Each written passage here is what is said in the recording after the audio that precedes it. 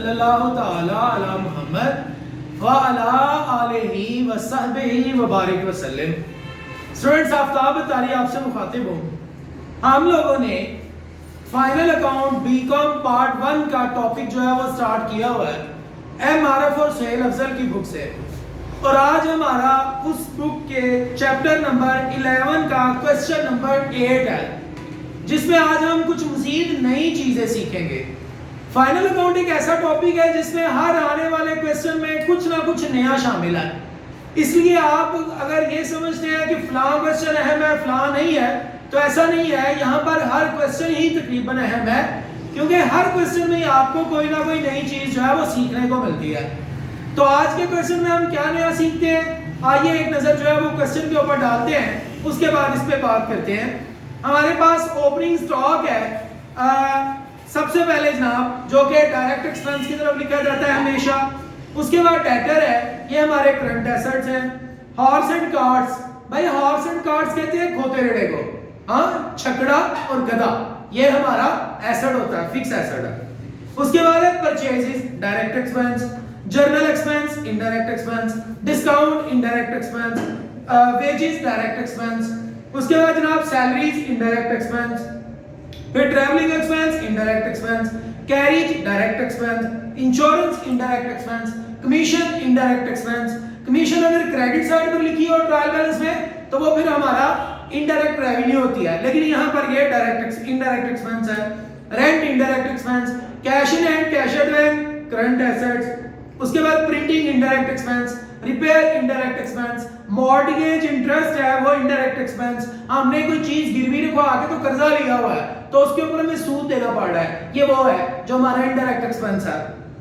फिर बिल्डिंग और machinery, fix asset, capital, fix liability, sales, direct revenue, mortgage, ये वो है जो हमने चीज गिरवी रखवा के कर्ज लिया, तो ये आपका कर्जा है, ये लायबिलिटी है, ये लॉन्ग टर्म लायबिलिटी है, इसको आप फिक्स लायबिलिटी कह सकते हैं। उसके बाद सन्ड्री क्रेडिटर, करंट लायबिलिटी, और नीचे जो एडजस्टमेंट है देखते हैं उनके क्या क्या इफेक्ट होंगे हमारे क्वेश्चन के ऊपर।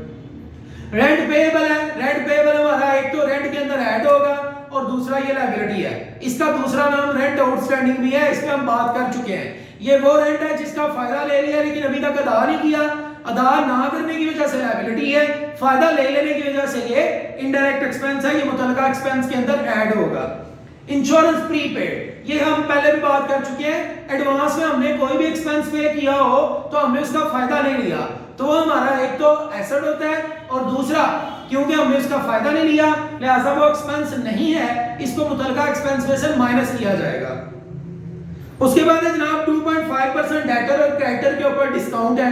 डेटर वो लोग हैं जिनसे हमने पैसे लेने हैं, तो 2.5% लोग हमें पैसे नहीं देंगे, ये हमारा इनडायरेक्ट एक्सपेंस हो जाएगा। क्रेडिटर वो लोग हैं जिनको हमने पैसे देने हैं, तो 2.5% जो लोग हैं हम उनको पैसे नहीं देंगे, ये हमारे लिए इनडायरेक्ट रेवेन्यू होगा, और साथ में मुतलका में से माइनस भी होगा। डेप्रिसिएशन का हमें पता है एक तो इनडायरेक्ट एक्सपेंस होता है, दूसरा एसेट की वैल्यू में कमी का बायस बनता है। और क्लोजिंग स्टॉक हमने पढ़ा हुआ है हमेशा, उसके दो जो है वो इफेक्ट होते हैं, तो पहला इफेक्ट उसका डायरेक्ट रेवेन्यू में लिखा जाता है, दूसरा इफेक्ट उसका करंट एसेट में लिखा जाता है। तो जनाब ये हमारा क्वेश्चन नंबर जो है वो है क्वेश्चन नंबर 8। तो मेरे भाई अगर कोई चीज आपको नजर आने में दुश्वारी हो तो आप उसको अच्छे से जो है वो देख लीजिएगा, उम्मीद है कि आप लोगों को जो है वो सुनने से जो है वो समझ आ जाएगी। लिखने में कोई स्पेलिंग ना समझ आ रही हो तो आप साथ साथ अच्छे से सुनते रहे, बुक आपके सामने होगी तो आपको इंशाल्लाह क्वेश्चन करने में आसानी होगी। तो जनाब हमने सबसे पहले trading profit and loss account start करना है। ट्रेडिंग अकाउंट हम शुरू करने जा रहे हैं, जिसके लिए डायरेक्ट एक्सपेंस चाहिए और डायरेक्ट रेवेन्यू चाहिए। प्रीवियस लेक्चर्स को देखना बड़ा जरूरी है ताकि आपकी चीजें साथ साथ क्लियर होती रहे। सबसे पहले ओपनिंग स्टॉक 2,30,000। उसके बाद जनाब आ गई परचेजेस, रिटर्न हो तो माइनस करते हैं 6 लाख। उसके बाद बाकी तमाम डायरेक्ट एक्सपेंस, इन दो की तरतीब हमेशा यही है, फिर उसके बाद बाकी तमाम डायरेक्ट एक्सपेंस। जी मेरा बेटा, वेजेस क्या इसकी एडजस्टमेंट है? नहीं है जी। वेजेस 3 लाख। 3 लाख। और कैरेज कैरेज, ये भी डायरेक्ट एक्सपेंस है। खाली कैरेज लिखा हो फिर भी डायरेक्ट, कैरेज इनवर्ड हो फिर भी डायरेक्ट। 11,000। ये जरा चेक कर लीजिएगा, ये 3 लाख ही है ना वेजेस कि 30,000 है? 3 लाख जी बेटा। नेक्स्ट, और कोई हमारा डायरेक्ट एक्सपेंस अगर नहीं है तो आप डायरेक्ट रेवेन्यू में आ जाए। सबसे पहले जो डायरेक्ट रेवेन्यू लिखा जाता है वो सेल्स है, रिटर्न हो तो माइनस करते हैं जी 12 लाख 12 लाख। और दूसरे नंबर पे जो हमेशा यहाँ चीज लिखी जाती है वो क्लोजिंग स्टॉक है। और क्लोजिंग स्टॉक यहाँ कब लिखा जाता है? जब वो हमें एडजस्टमेंट के अंदर दिया हो। तो जनाब कितना है वो? 2,40,000 2,40,000। अब हमने जनाब टोटल करने हैं, हैवियर साइड को दोनों तरफ लिखना है और जो कम वाली साइड है उसको वहां से माइनस करना है। हमारी हैवियर साइड वही है मेरे ख्याल में, वो हो जाएगी 14,40,000। 14,40,000। इसमें से माइनस किया तमाम डायरेक्ट एक्सपेंसेस को, तो हमारे पास जो जवाब आया वो है हमारा ग्रॉस प्रॉफिट कैरीड आउट। जी बेटा 2,99,000 2,99,000। ये जनाब हमारे पास जो है वो ग्रॉस प्रॉफिट है। ग्रॉस प्रॉफिट को वापस हमने क्रेडिट वाली साइड पर लिखना होता है क्योंकि ये हमारा है ही कौन सा बैलेंस? क्रेडिट बैलेंस है। तो कितना है जी? 2,99,000। ये हमारा ट्रेडिंग अकाउंट मुकम्मल हो गया। अब बारी है प्रॉफिट एंड लॉस अकाउंट की। प्रॉफिट एंड लॉस अकाउंट में हमारे पास सबसे पहले क्या चीज है? General expenses general expense. General expenses जी 52,000। उसके बाद डिस्काउंट डिस्काउंट 2,200। सैलरीज सैलरी, इसकी एडजस्टमेंट है मेरे ख्याल में है नहीं है जी, बोले में 80,000। और travelling expense travelling expense 20,000 travelling expense 20,000। Insurance insurance इसकी थी, इंश्योरेंस प्रीपेड इंश्योरेंस कितना है? 6,000 6,000 इंश्योरेंस है। इसमें से हमने माइनस करना है प्रीपेड इंश्योरेंस। वो इंश्योरेंस जिसका हमने अभी फायदा नहीं लिया तो वो हमारा एक्सपेंस भी नहीं है, उसको यहां से माइनस कर देंगे। प्रीपेड इंश्योरेंस स्पेलिंग मुकम्मल लिखिएगा बेटा। 800 माइनस किया तो 5,200 जो है वो हमारे पास इंश्योरेंस आ गया। और जी कमीशन कमीशन ये भी हमारा इनडायरेक्ट एक्सपेंस है 13,000। और रेंट एडजस्टमेंट है रेंट पेएबल जी। रेंट कितना है? 20,000 रुपीज रेंट है। और कुछ रेंट वो है जो हमने अभी तक अदा नहीं किया। जो रेंट अदा ना किया हो वो हमारे लिए जो है वो लायबिलिटी भी होता है और फायदा ले लेने की वजह से वो एक्सपेंस भी होता है। लिहाजा जो पेएबल रेंट है, आउटस्टैंडिंग रेंट है, अनपेड रेंट है, उसको यहां ऐड किया जाएगा। Add payable rent, rent payable जी मेरे भाई 1200। आंसर आ गया 21,200। और जी प्रिंटिंग चार्जेस ये भी इनडायरेक्ट एक्सपेंस है।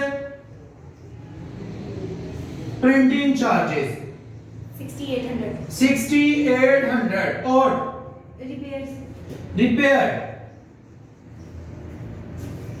जी 5,200। और जी इंटरेस्ट ऑन मॉर्गेज हमने कोई चीज गिरवी रखवाई, कर्जा लिया, उसके ऊपर हमने सूद देना है, तो ये हमारा इंटरेस्ट ऑन मॉर्गेज है। इनडायरेक्ट एक्सपेंस होता है ये भी।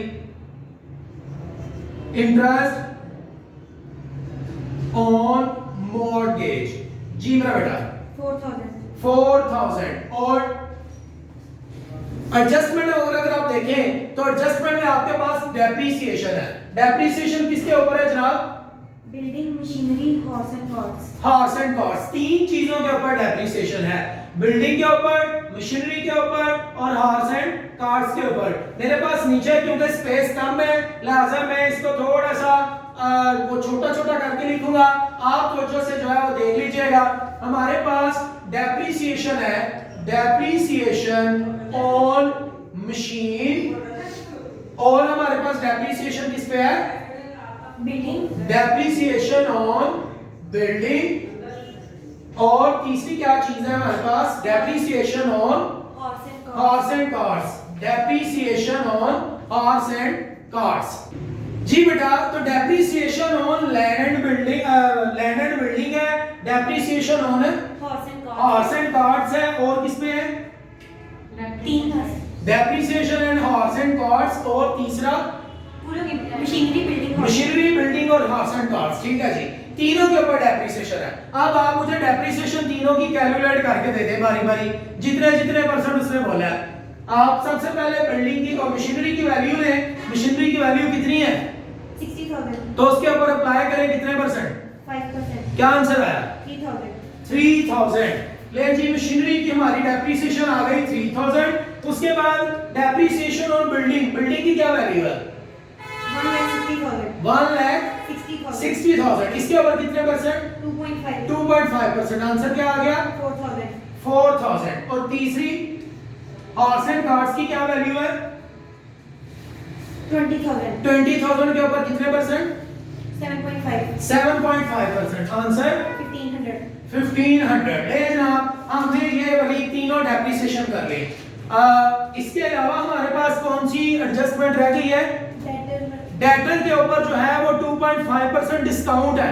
डेटर वो लोग होते हैं जिनसे हमने पैसे लेने हैं, उस पर 2.5% आपको डिस्काउंट देना पड़ रहा है। मतलब ये कि आपको 2.5% पैसे उसमें से नहीं मिलेंगे, तो ये आपका एक्सपेंस है। तो जनाबे अली, मैं इसको यहाँ पर कहीं पे एडजस्ट करता हूँ, ये थोड़ी सी स्पेस मुझे नजर आ रही है, तो यहाँ लिखते हैं जी डिस्काउंट ऑन डेटर। डेटर की अमाउंट कितनी है?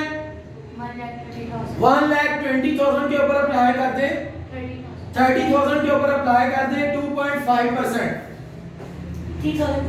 3,250। ये हमारा डिस्काउंट ऑन डेटर आ गया। इसके अलावा हमारे पास डिस्काउंट ऑन क्रेडिटर भी है। क्रेडिटर वो लोग हैं जिनको हमने पैसे देने हैं, और उस पर जब हम डिस्काउंट लेते हैं वो हमारे फायदे की बात है। क्या अब हमने कुछ पैसे जो है वो क्रेडिटर को नहीं देने, तो यहां लिखा जाएगा डिस्काउंट ऑन क्रेडिटर। क्रेडिटर कितने के हैं टोटल? 84,000 के ऊपर 2.5% अप्लाई किया, तो आंसर 2100। ये जनाब हमारे पास। और कोई एडजस्टमेंट जो रह गई हो? अगर कोई एडजस्टमेंट नहीं है तो फिर जनाब आप जो है वो करें टोटल, जो बड़ी साइड है उसको दोनों साइड पर लिखें और छोटे वाली उसमें से माइनस कर दें। और आप जरा देखिएगा ये टोटल ये नजर आ रहा है जी बेटा? टोटल किया तो 3,01,100। ये नहीं, ये जीरो नहीं आएगा। ऐसी है जी? 3,01,100। तो जनाबे अरे ये आंसर आ गया।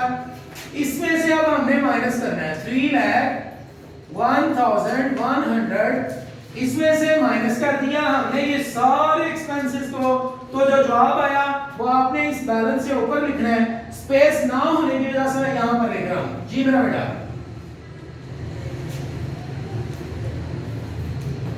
तमाम इनडायरेक्ट एक्सपेंस को हमने एक्सपेंसेस में रेवेन्यूज में से माइनस करना है, इनडायरेक्ट रेवेन्यूज में से, और हमारे पास जो आंसर है वो नेट प्रॉफिट है। नेट प्रॉफिट हमेशा हम जो है वो बैलेंस शीट में भी लेके जाते हैं।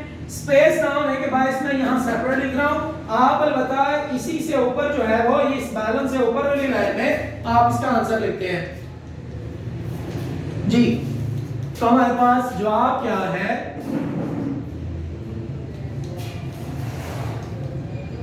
ये बेटा हमारे पास जो है वो तमाम डायरेक्ट एक्सपेंस और डायरेक्ट रेवेन्यू से हमेशा profit and loss trading account निकलता है। इनडायरेक्ट एक्सपेंस और इनडायरेक्ट रेवेन्यू से हमेशा हमारा प्रॉफिट एंड लॉस जो है वो निकलता है। और बैलेंस शीट में हमेशा हमने एसेट और लायबिलिटीज लेने होते हैं। आप इन तमाम चीजों को अच्छे से गो थ्रू करने के लिए जरूरी है कि वन बाय वन तमाम लेक्चर्स पीछे से देखते चले आए। एमआरएफ की बुक को आप फॉलो करें। जब भी आप वीडियो देख रहे हो आपके सामने बुक मौजूद हो, ताकि आप जो है यहाँ पर जो किया जा रहा है वो आपकी नजरों के सामने भी हो। तो अगर यहाँ पर आंसर ठीक नहीं है तो उसमें क्या प्रॉब्लम है जरा देखते हैं। तो जनाब हमारा जो नेट प्रॉफिट का आंसर है वो है 79,750। ये हमारा नेट प्रॉफिट है। हमें इसको बैलेंस शीट में जो है वो लेके जाना है और जाके कैपिटल के अंदर इसको ऐड करना है। अब हमारी बैलेंस शीट आ गई। बैलेंस शीट में हमने सबसे पहले करंट एसेट्स लिखने हैं। करंट एसेट हमारे कौन कौन से हैं देखते हैं जनाब। Current assets, cash in hand, cash at bank, amount बोलते हैं 1,000, 1,000, 1,90,000, 1,90,000, 9,000, ठीक है, 9,000 या 90,000, 9,000, 9, 1,09,000, 1,09,000। इसके अलावा डेटर वो लोग जिनसे हमने पैसे लेने हैं वो कितने थे 1,30,000, 1,30,000। इसमें से हमने डिस्काउंट को माइनस करना है। लेस डिस्काउंट जो हमने डेटर को दिया था कि आप हमें पैसे ना दें, और डेटर के ऊपर जो डिस्काउंट था वो था 3250। जो माइनस करके आंसर आएगा वो आंसर आएगा। क्लोजिंग स्टॉक जो है वो हमारा करंट एसेट होता है। क्लोजिंग स्टॉक वो है 2,40,000। और हमारे पास इसका जवाब बता दें 26,750। और इसके अलावा प्रीपेड इंश्योरेंस, वो इंश्योरेंस जिसका अभी तक हमने फायदा नहीं लिया लेकिन अदा कर दिया हुआ है, प्रीपेड इंश्योरेंस, ये हमारा था जनाब 800। और हमारा कोई करंट एसेट बिल रिसीवेबल वगैरह है तो देख लें, नहीं है तो हम फिक्स एसेट की तरफ चलेंगे। फिक्स एसेट्स, फिक्स एसेट हमारे पास 3 है इस सवाल के अंदर। हमने उन तीनों के ऊपर जो है वो डेप्रिसिएशन ली हुई है वो माइनस करनी है। सबसे पहले हमारे पास है मशीनरी। मशीन कितने की है 60,000, इसमें से डेप्रिसिएशन कितनी माइनस करनी है, लेस डेप्रिसिएशन और मशीन। स्पेलिंग मुकम्मल लिखा करें स्टूडेंट्स। 3,000 डेप्रिसिएशन माइनस हुई, आंसर 57,000 आ गया। उसके बाद हमारे पास क्या थी land and building. Land and building हमारे पास कितनी है जी 1,60,000, 1,60,000। इसमें से भी हमने लेस की डेप्रिसिएशन 4,000, आंसर आ गया 1,56,000। और horse and cards, horse and cards ये हमारे पास है, ये कितने का है 20,000 का। इसके ऊपर भी डेप्रिसिएशन है, लेस डेप्रिसिएशन 1,500, डेप्रिसिएशन भी माइनस की, तो आंसर हमारे पास आ गया 18,500। और हमारे पास कोई फिक्स एसेट अगर नहीं है तो हम करंट लायबिलिटीज की तरफ मूव करेंगे। एक बचा साथ में, ये जरा टोटल कर ले। करंट लायबिलिटीज, करंट लायबिलिटी में हमारे पास क्रेडिटर है जी 84,000। और जनाब हमारे पास वो पेएबल, रेंट पेएबल है, जो रेंट अभी तक अदा ही नहीं किया, रेंट पेएबल वो हमारे पास कितना था 1200। और जनाब हमारे पास और कोई चीज बिल पेएबल वगैरह, लोन वगैरह, रेंट पेएबल वो लिख लिया हमने। आगे मूव करें तो हमारे पास फिक्स लायबिलिटीज है। फिक्स लायबिलिटीज, फिक्स लायबिलिटीज में हमारे पास बेटा सबसे पहले जो है वो कैप वो है, आज एक और कैप है फिक्स लायबिलिटी, और वो है मॉर्गेज लोन। मॉर्गेज लोन जी, मॉर्गेज लोन जो है वो हमारी लायबिलिटी है। वो चीज गिरवी को आके हमने कर्जा लिया है, अमाउंट 1,24,000।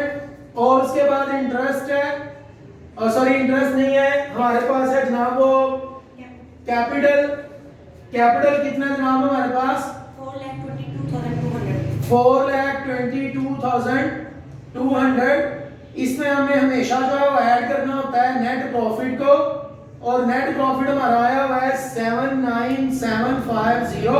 और कोई इंटरेस्ट ऑन कैपिटल है, ड्राइंग है, नहीं है तो उसको रहने दें। इन दोनों को प्लस करके अंदर लिखें, क्या जवाब आया 5,01,950। अब जनाब हम दोनों साइड का टोटल करेंगे तो हमारी दोनों साइड जो है वो बराबर होंगी। ये जनाब आज के हमने टॉपिक में जो चीजें देखी वो आपके सामने है। आज के क्वेश्चन के अंदर जो नई चीज थी वो थी कि हमने डिस्काउंट ऑन क्रेडिटर लिया, और ये क्यों लिया मैंने आपको बता दिया। इसी तरह डिस्काउंट ऑन डेटर जो है वो ये था। इसके अलावा बाकी तमाम प्रीवियस जो है वो एडजस्टमेंट थी। होप सो कि आपको ये क्वेश्चन समझ आया होगा। इसके अलावा कोई प्रॉब्लम हो, कोई चीज समझ ना आ रही हो, आप कमेंट करके मुझसे पूछ सकते हैं, आई विल आंसर यू। जी स्टूडेंट्स, तो हमने जब इसका टोटल किया तो लायबिलिटी साइड जो है वो थोड़ी सी दुरुस्त नहीं है, इसको जरा दुरुस्त कर ले। क्या था, क्रेडिटर जो है ये 84,000 है, लेकिन अगर आपको याद हो तो हमने क्रेडिटर के ऊपर जो है वो डिस्काउंट भी लिया था। वो जो डिस्काउंट था उसको हमने यहाँ से माइनस करना है, क्योंकि जब हम क्रेडिटर से डिस्काउंट लेंगे, हमारे लोग वो जिनको हमने पैसे देने हैं वो 84,000 है, लेकिन कुछ लोगों को अब हमने पैसे नहीं देने। वो कितने लोग हैं, वो 2100 रुपए के लोग हैं जिनको हमने पैसे नहीं दे रहे। जब ये माइनस किया तो हमारे पास आंसर आ गया 81,900, और उसके बाद हमारे पास लास्ट है रेंट पेएबल। वो रेंट जो अभी तक अदा नहीं था किया वो हमारे लिए जो है वो लायबिलिटी था, और रेंट पेएबल जनाब अली वो था 1200 रुपया। तो आप इन तमाम चीजों को टोटल करेंगे तो आपका जवाब जो है वो बिल्कुल दुरुस्त आएगा। उम्मीद है कि आपको ये क्वेश्चन जो है वो समझ आ चुका होगा। Thanks for watching Aftab Attari official.